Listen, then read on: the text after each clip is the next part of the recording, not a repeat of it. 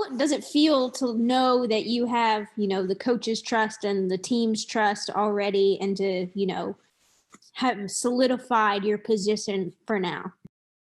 It feels amazing.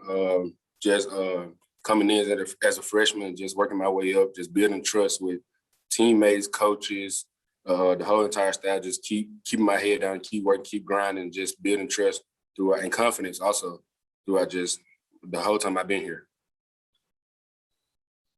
Trey? KJ, how do you think your spring has gone so far? And during the break, what are the things that you're going to kind of reflect on and look forward to in the next half? I feel like my spring it's been going pretty awesome. Just enjoying taking it all in. Since this being my first spring, I'm just soaking it all in. And over the break, I'm focusing more on my mechanics and also preparation into like going into different scrimmages or just preparing myself overall. How much of a work in progress, I guess, has it been with your mechanics? I know you reworked some stuff your freshman year. How do you feel like that's helped you in terms of velocity and those types of things? And where are you right now? Is it still something that you have to think about?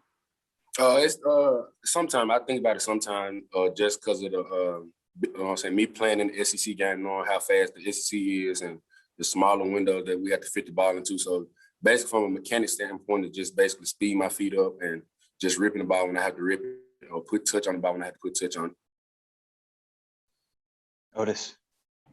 Yeah, KJ, how much do you think, you had a lot of success up at Missouri this year. How much do you think that helped you with your confidence and also maybe the coach's confidence in you, seeing what you could do in a game? I mean, it's one thing to do it in practice, but you did it in a game on the SEC on the road. Talk about that. Basically, going into that whole game week, Felipe was with me. Me and him stayed out the practice, going over different types of film, just preparation, just preparing me for the Missouri game. And on top of that, I had a good week of practice. Me and Coach Browse met a lot during that week just to see where he was for his game planning with me while starting. And at the game, I just looked at my teammates and told them that I'm gonna lead them, and we just got to put our head on and keep working. Thanks, man. Dudley. KJ, I've stayed in touch with Coach Diffie a lot, and just talk about, going back to when y'all were in the ninth grade, just throwing the ball around in the gym to what he's meant to you and how he's helped you develop. Coach Diffie, I just talked to him like 2 days ago, actually. That's my guy. Man, Coach Diffie basically starting out, he took me on his wing. He saw something in me that I didn't see in myself at first. And for him to just stay with me and bring that out of me, that leadership, and just keeping me under his wing and making sure I'm on the right path. I just have the most respect for Coach Diffie and what he's done for me in my life and my family also. So I just had the utmost respect for Coach Diffie. Appreciate it. Scotty. Hey, KJ, just through the first couple of weeks of spring, what have you learned about, what you guys have skill-wise and what this offense, could potentially become? What I learned quickly was that we brought in a lot of weapons on the outside for the receiver position, and we also have a lot of depth than we had last year. Like we had a couple guys injured, and now that we're brought in a lot more playmakers and receivers and athletes that can get the ball in space and make a move. I feel like this like the biggest asset that we've had so far, just the receiver depth and having weapons outside that I can get the ball to. Yeah, who's flashing for you? Who's making plays when you're targeting them? Of course, the older guy, Mike Woods, Traylon Burks.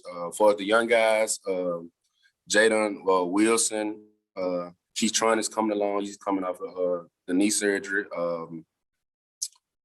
The Rocky, the running back, he's coming along pretty smooth. There's a couple more out there. Nate? What were the biggest corrections made off Saturday scrimmage that you worked on today? Mainly just missed assignments, like with the lineman up front, just correcting, knowing who they're pushing the protection to, knowing who the free runner is, the running back. For the up front standpoint, for the skill position was mainly just knowing what routes and seeing the open windows and finding the open windows and sitting in. For the quarterback, all the quarterbacks was mainly recognizing the defense, knowing what coverage they're in, and getting the ball out of our hands as well.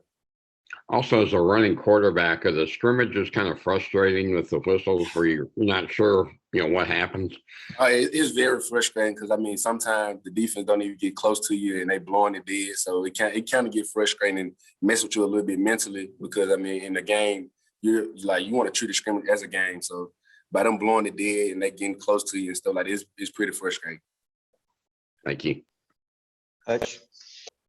Yeah, KJ, I was want to ask you about a couple of the other quarterbacks. Where have you seen Malik Hornsby grow the most since last year? And also, what have been your early impressions of Lucas Coley?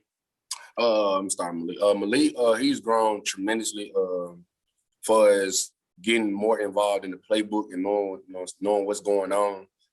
From last year to this year, he's on it. He's calling me, telling me let's meet, go over different plays. So I feel like he's took his game to a whole nother level mentally. He has the physical part. He took his game to another level mentally.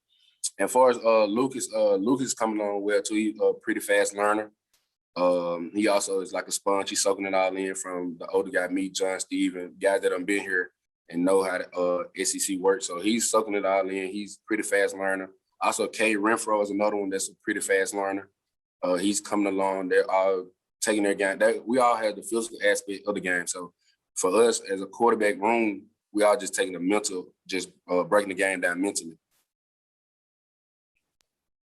We got time for a couple more. Let me know if we got more in the chat. Tom? Hey, KJ, Greg Brooks was just in here telling us from the moment you came back in winter, you took a leadership role and basically took it as your team. I want to ask you about like that mental approach. Did you feel like you did that? Yes, sir. I mean, coming in, I knew after Felipe left, I knew I was the next guy in charge. So at the winter workouts, I just had to come in with a mindset that it was my team and I had to take over the team from day one and keep that confidence and leadership and consistency also all the way up. Yeah, and Sam also told us that with you and Malik, it's really more the true nature of the Kendall Briles playbook.